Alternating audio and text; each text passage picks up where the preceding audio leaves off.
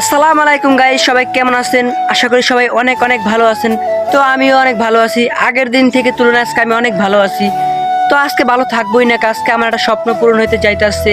আপনারা গেস করেন তো আমার কি স্বপ্ন পূরণ হতে যাইতেছে। থাক, আপনাদের গেস করা লাগবে না। আজকে আমার স্বপ্ন কি পূরণ হতেছে তো আমি আপনাদেরকে বলে দিতেছি। তো আগে আমার একটা বাইক আছিল, আপনারা জানেন না হয়তো, আমার ব্লগ যারা দেখছেন তারা দেখছেন। আমার হিরো বাইক, ওটা বিক্রি করে দিয়েছি। তো আমি এখন একটা নতুন বাইক কিনবো, দেখি শোরুমে যাই কি বাইকটা আমার পছন্দ হয় দেখবো। তো চলেন আমরা এখন শোরুমে যাই। তো আমরা তিনজন বাইক নিয়ে বের হয়ে গেছি। আজকে মূলত আমরা বাইক কিনতে যাব 6 জন, আর 3 জন গেছে গাড়ি দিয়ে, আর আমরা 3 জন যাইতেছি মোটর সাইকেল দিয়ে। তো আজকে কিন্তু আমি অনেক খুশি, যা আপনাদেরকে বলে বোঝানো যাবে না। একটা ছেলে বাইক কিনতে যাইতেছে, সেই জানে কত খুশি তার লাগে। তো এখন থেকে আপনাদেরকে আরো ভালো ভালো ব্লগ দিতে পারবো নতুন বাইক নিয়ে, সবাই দেখবেন। আর বলতে বলতে আমরা বাজাজের শোরুমে এসে পড়ছি। এখানে কিন্তু অনেক বাইক, এখানে পালসার, ডিসকভার আরো অনেক রকমের বাইক আছে। আমরা দেখতেছি এখন কোন বাইকটা আমাদের পছন্দ হয়। আর শোরুমে এসে দেখতেছেন আমি অনেক খুশি, আজকে প্রচুর খুশি। বাইক কিনতে আসছি বলে অনেক খুশি। তো আমার খালতো ভাই দেখতেছে কোন বাইকটা তার পছন্দ হইতেছে। সে আবার বাইক সম্বন্ধে একটু ভালো জানে, তাই সে প্রত্যেকটা বাইক ঘাটাঘাটি করে দেখতেছে। আর এই জায়গায় কিন্তু অনেক বাইক আছে, দেখতেছেন পালসার একটা বাইক।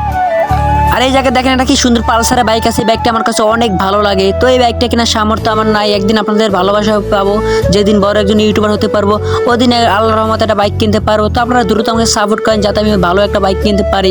তো আমরা অনেকক্ষণ চয়েস করার পরে এই বাইকটা চয়েস কিনলাম। মনটা আমাদের চাবি বুঝে দিতেছে, এই বাইকের চাবিটা খুঁজে এটা দেখি কোনটা ম্যাচ হইতেছে। তো এই বাইকটা আমরা নিলাম। দেখতেছেন বাইকটা কেমন এসে আপনারা কমেন্টে বলেন। আর তারা বাইকের সিট খুলে ফেলেছে, নাটগুলো টাইট দিয়ে দিবে ভালোভাবে। এগুলো শোরুমে পড়ে থাকে অনেক দিন। তো তাদেরকে আমরা টাকা পয়সা যা বুঝে সব বুঝিয়ে দিলাম, আর বাইকটা নিয়ে আসলাম। বাইকের কাগজপত্র যা আছে সব কিছু ঠিক করে আমরা বাইকটা নিয়ে রওনা দিয়ে দিলাম। আর আসার সময় আমাদের কপালে একটা ঠাডা পড়ছে। আপনারা তো জানেন সবসময় না সবসময় আমার কপালে একটা না একটা ঠাডা পড়বেই। আর সময় প্রচুর বৃষ্টি হইতেছে। তো নতুন গাড়ি তারা 50-এর বেশি টানতে না করেছে, তারপর আমরা 60 থেকে 70 টানতেছি। বৃষ্টির মধ্যে তার ভেজা যাবে না, তাই একটু জোরে চালাইতেছি। বাইকের একটু ক্ষতি হবে, তো কিছু করার নাই, এখন আমরা একটু জোরেই চালাইতে হবে।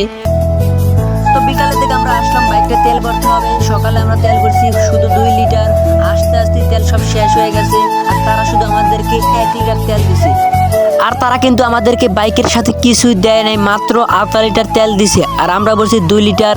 আর বিকালের দিকে আমরা 10 লিটার তেল ভরতাছি, পুরো তেলে জমজমা হয়ে যাবে। আর তেল যত গাড়িতে থাকবে ততই মজা গাড়ি চালাইতে, আর তেলও যাবে উড়াদুরা। তো বিকালে কিন্তু আমরা অনেক তেল ভরলাম।